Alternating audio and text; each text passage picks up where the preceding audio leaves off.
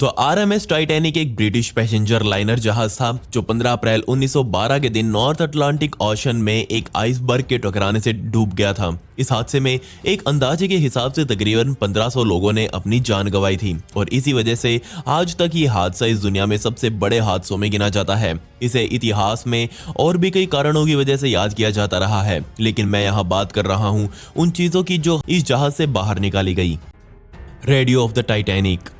सन 1912 में इस रेडियो को मार्कोनी वायरलेस टेलीग्राफ मशीन के नाम से जाना जाता था और यही वो रेडियो था जिसने उस समय आसपास मौजूद सभी जहाज को मदद की गुहार लगाई थी और इसी के द्वारा, जी हाँ, इसी मशीन के द्वारा तकरीबन 700 लोगों को जहाज से बचा भी लिया गया था। लेकिन जो मरे उनमें से ज्यादातर लोगों की बॉडीज आज भी बरामद नहीं हुई हैं। इसलिए आज तक ये रेडियो भी नहीं निकाला गया क्योंकि वैज्ञानिकों को डर है कि अगर उन्होंने इस रेडियो को निकालने के लिए वहां थोड़ी बहुत भी खुदाई करी तो शायद हो सकता है कि वहां पर मरे हुए लोगों के अवशेष मौजूद हों और इस रेडियो को निकालने के चक्कर में वो अवशेष कहीं ना कहीं खराब ना हो जाएं। वहीं लोग मानते हैं कि आज यहाँ पर इंसान के कोई अवशेष मौजूद नहीं होंगे, इसलिए हमें रेडियो बाहर निकाल लेना चाहिए। लेकिन इस रेडियो को बाहर निकालने के लिए जहाज के अगले हिस्से को पूरा काटना होगा।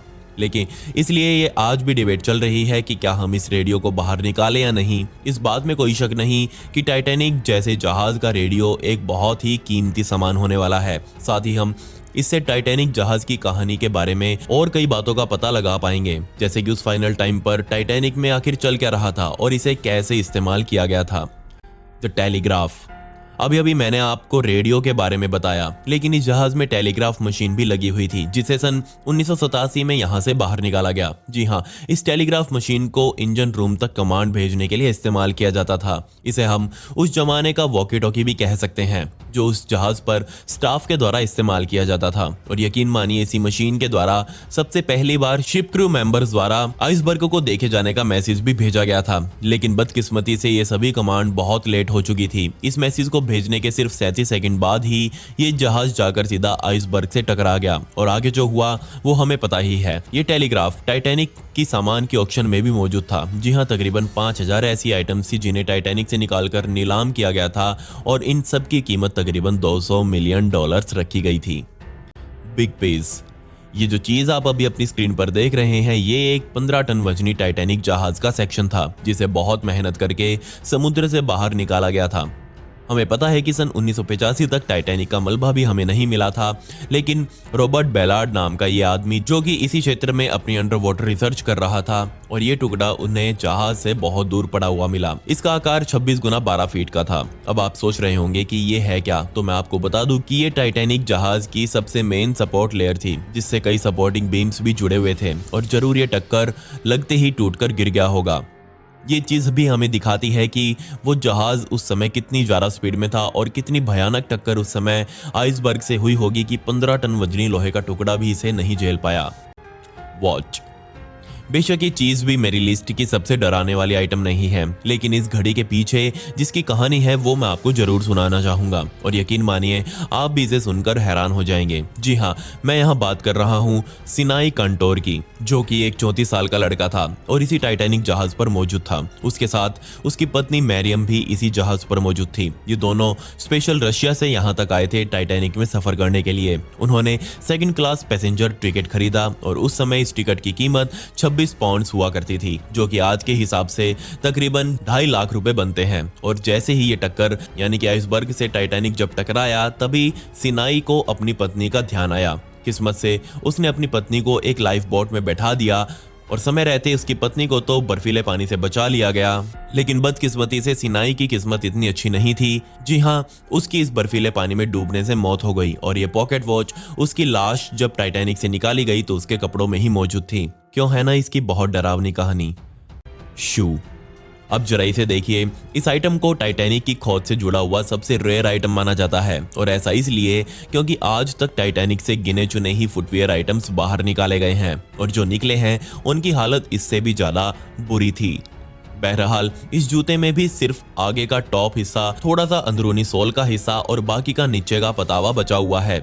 इस जूते को देखकर आप भी अंदाजा लगा सकते हैं कि जिस इंसान का ये जूता होगा उस बेचारे इंसान के साथ क्या हुआ होगा। प्रकृति की शक्ति के आगे कोई नहीं बचा। लोगों से जुड़े हुए उनके निजी सामान को देखकर हम यही सोच सकते हैं कि इस जहाज पर चढ़ने से पहले उन लोगों ने कितनी खुशी खुशी ये सोचा होगा कि हम ट्रिप पर ये पहनेंगे, ये करेंगे, वो करेंगे, लेकिन आज उनका हाल ये हुआ मिला।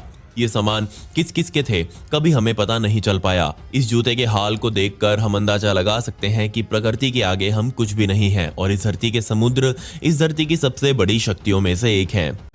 Love letter.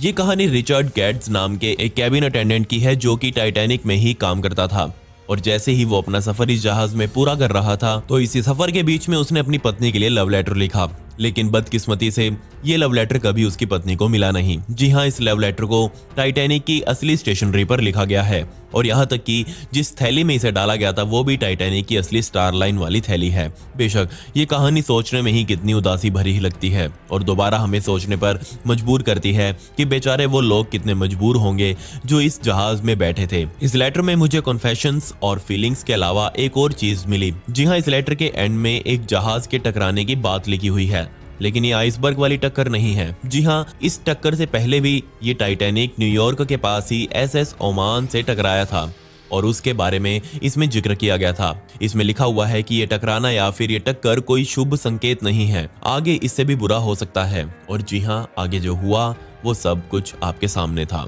Card of inspection.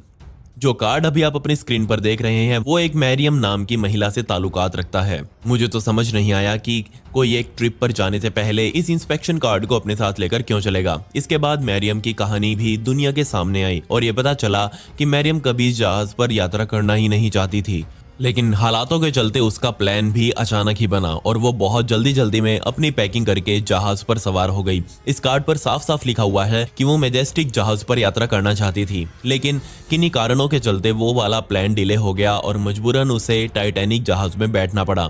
आप ये बहुत आसानी से देख सकते हैं कि मैजेस्टिक वर्ड जो कार्ड पर लिखा हुआ है उसे लाइंस लगाकर काटा गया है जो सीधे तौर पर प्लान चेंज होने की तरफ इशारा कर रहा है। काश बेचारी मैजेस्टिक में ही चढ़ जाती। Musical instrument.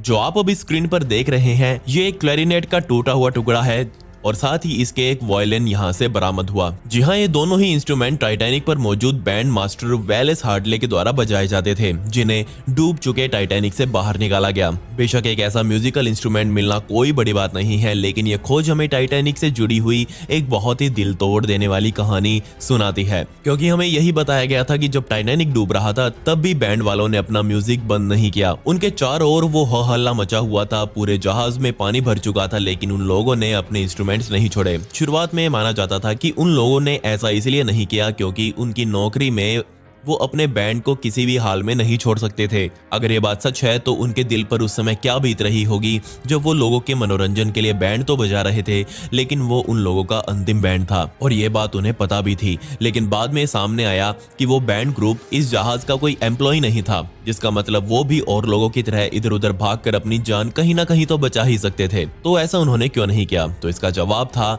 कि उन्होंने अपने म्यूजिक से लोगों को शांत करने का सोचा, क्योंकि पूरे जहाज में बहुत बड़ा पैनिक फैल चुका था और इसीलिए मैंने इस बहुत कमाल की खोज को अपनी लिस्ट में शामिल किया।